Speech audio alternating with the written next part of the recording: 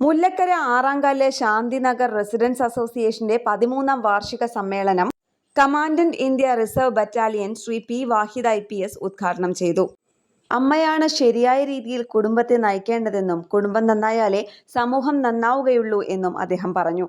സമൂഹം നന്നായാലേ രാജ്യം നന്നാവുകയുള്ളൂ. ഭാര്യയും ഭർത്താവും തമ്മിലുള്ള അഡ്ജസ്റ്റ്മെന്റ് അല്ല നല്ല ജീവിതം, അവർ തമ്മിലുള്ള അണ്ടർസ്റ്റാൻഡിംഗ് ആണ് വേണ്ടതെന്നും അദ്ദേഹം ഉദ്ഘാടന പ്രസംഗത്തിൽ കൂട്ടിച്ചേർത്തു.